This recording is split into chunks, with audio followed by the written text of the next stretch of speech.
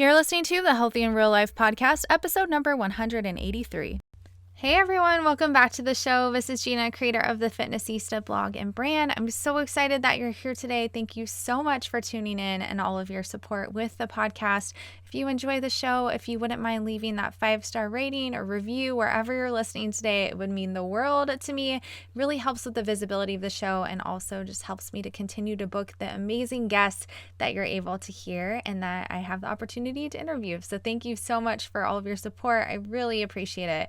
Before we head into today's episode, I wanted to tell you guys about Loombox. So if you don't have a Loombox yet, this is such a handy little tool to have at home. I feel like I use it all the time for so many different things. Red light therapy is huge. There are so many studies about the potential benefits of red light therapy for so many different factors in the body. So some of the things that it personally helps me with, I notice that it's an instant mood booster. So it just gives me a nice little boost of happiness and energy. I think it makes a huge difference with skin and also healing when it comes to any type of cut or scar or injury. So P hurt her back and we used the red light on it and it felt so much better within a couple of days.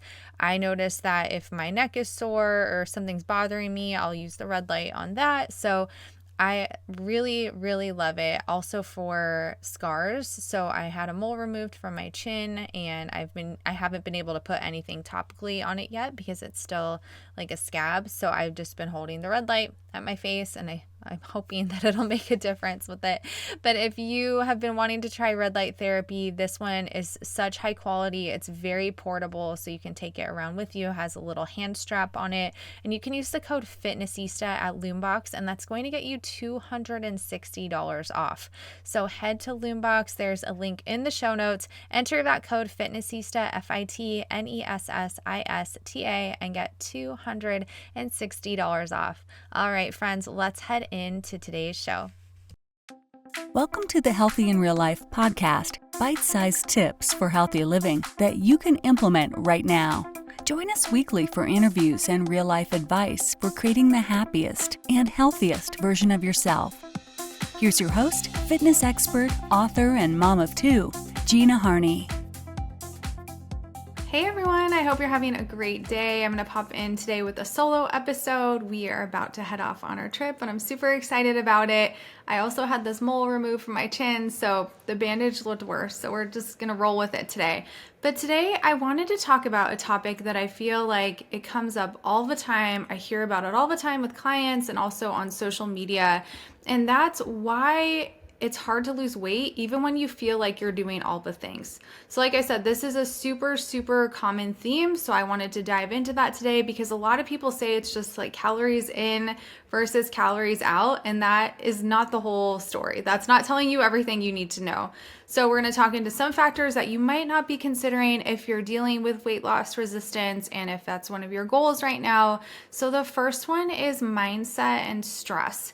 So you cannot heal in a stressed out body. Chronic stress can do so many things. It elevates your cortisol, it affects your blood sugar regulation, it leads to fat storage in the body.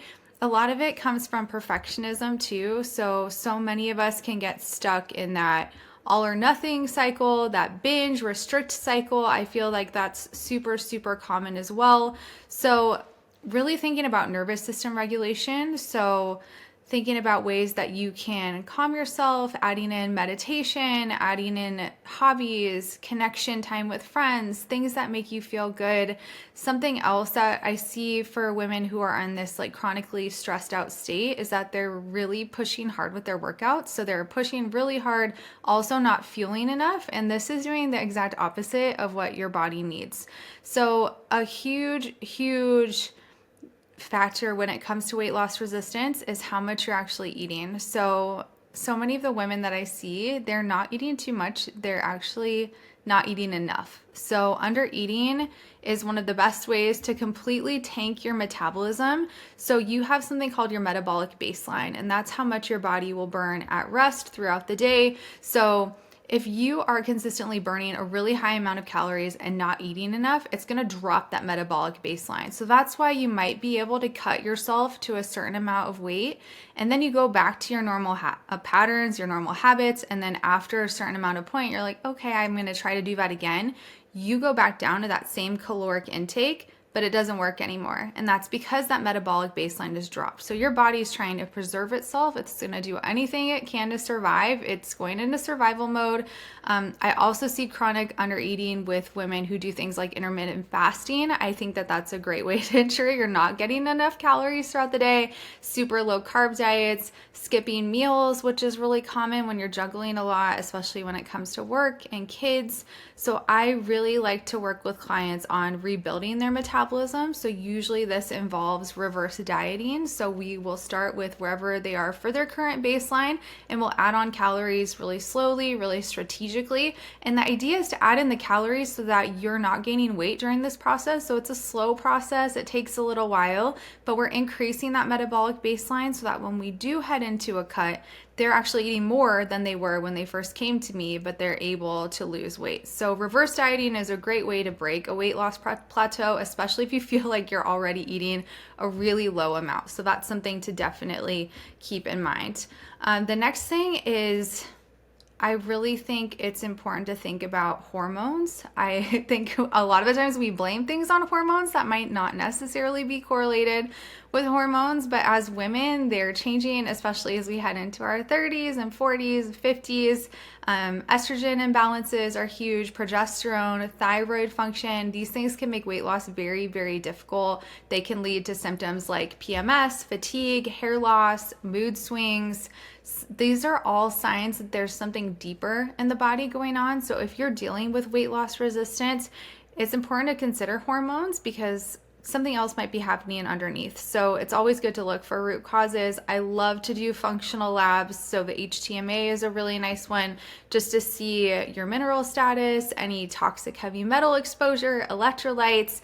It's a really nice foundational lab just to kind of see where things are. It also gives us insights into your oxidation, so how quickly you're able to convert food into energy. Usually children, they're fast oxidizers, so they burn through their food really quickly. And then as we get older, most adults are slow oxidizers, so it takes them a little bit longer to convert food into energy. So for that, we typically recommend 3 rounded, nice, whole, macro-based meals, and I think that that's a really good starting point. That's a great starter lab. I also like the Candida metabolic and vitamins test. That's going to look at gut health. Gut health obviously impacts our hormones, so what's going on in the gut. Also nutrient deficiencies, and also I like to test hormones to see what's going on there, especially with all of the sex hormones, so estrogen, progesterone, DHEA, testosterone.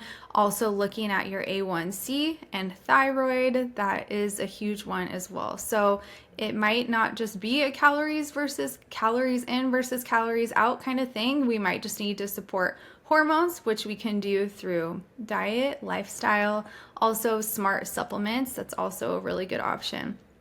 So I mentioned gut health. If gut health is not ideal, what happens is you're having poor digestion, which affects how we absorb our nutrients. You're having nutrient malabsorption, low energy, cravings, increased inflammation. You might be experiencing things like bloating, constipation, gas, or just not having good digestion after meals. So things that might be happening under the surface can be things like parasites. We've talked about that on the podcast quite a few times. Candida, SIBO, these can all be underlying contributors to inflammation and also weight loss resistance. As far as exercise goes, I think it's easy to think that you're not doing enough. But like I said, just with the diet thing, like lots of go-getters out there just going extra, doing a lot, going really hard at the gym, really stringent with their dietary routines. And exercising is a big one. So too much high intensity interval training, cardio, especially if you're not doing enough strength training, this can all backfire. If you're not recovering from your workouts, this can also backfire. You might feel those overtraining symptoms, so your heart rate can be elevated. You just feel inflamed and puffy, and cortisol stays elevated, so you feel really stressed. So something that might help with this is just to shift your focus more to strength training, walking, more restorative type movements. So yoga and Pilates are huge, especially if you're in a healing phase right now. So if you're dealing with any autoimmune symptoms, hormonal imbalances, any personal issues, so dealing with grief or just a really busy, difficult season, exercise is amazing. It's also a stressor on the body. So just like any other type of stress, too much stress can tip over that stress bucket and lead to symptoms. So I like to think about how full is your stress bucket right now? Is the high intensity interval training going to tip it over? Are you doing too much? Is it time to scale it back? Anything you can do just to reduce the stressors in your life is going to be huge. When your body feels calm and it's more in that parasympathetic state, it can release excess weight. But if it doesn't feel safe, it's not able to do that. I talked about the HTMA already. Mineral imbalances can really affect energy, cravings, metabolism. HTMA is one of my favorite ways just to see where you might be depleted and then how we can bring the body back into balance. Even my friends out there who are super clean eaters, they're also often mineral deficient from stress, caffeine. Also, if you're sweating a lot and you're really active, you just need to replenish those nutrients. So I love testing for that one. Another one to consider is toxin load. Toxins are everywhere in our environment. They're hidden in food, water, makeup, personal care products, cleaning products. These things can all impact our hormones, which affect our metabolism as well. So detox pathways might just get a little sluggish, especially if you are postpartum and just recovering from that after pregnancies, years of being on birth control. This can also affect detox pathways too. So I really like to support them gently. So things through sweating, sauna. I love my sauna blanket. Binders can really help, liver support, dry brushing, rebounding, castor oil packs. This can just help to support the body so it's able to release those stored toxins and also excess weight that you're working to get rid of. So I think that the biggest thing I just want to remind my friends out there today with today's episode is that it's not always just about doing more. I think that it's easy to get stuck in that trap where you just feel like you're not doing enough and you're just trying to fight your way into things, and weight loss is a huge one. So it often backfires in this situation. So just trying to show yourself kindness and gentleness and patience, because I like to play the long game. I'm sure you guys do too. I know that you want to do it the smart way, the sustainable way, so that you can maintain your results over time.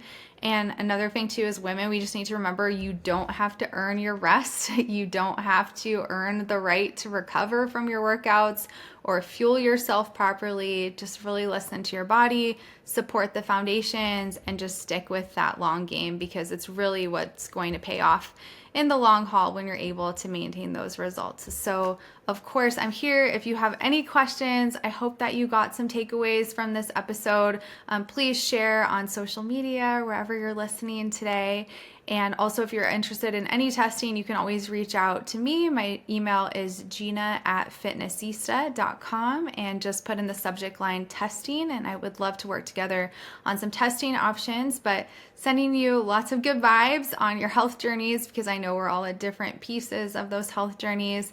And thank you so much for listening today. I'll see you later. Bye. Thanks for listening to the Healthy in Real Life podcast. For more info, check out Gina's blog at fitnessista.com.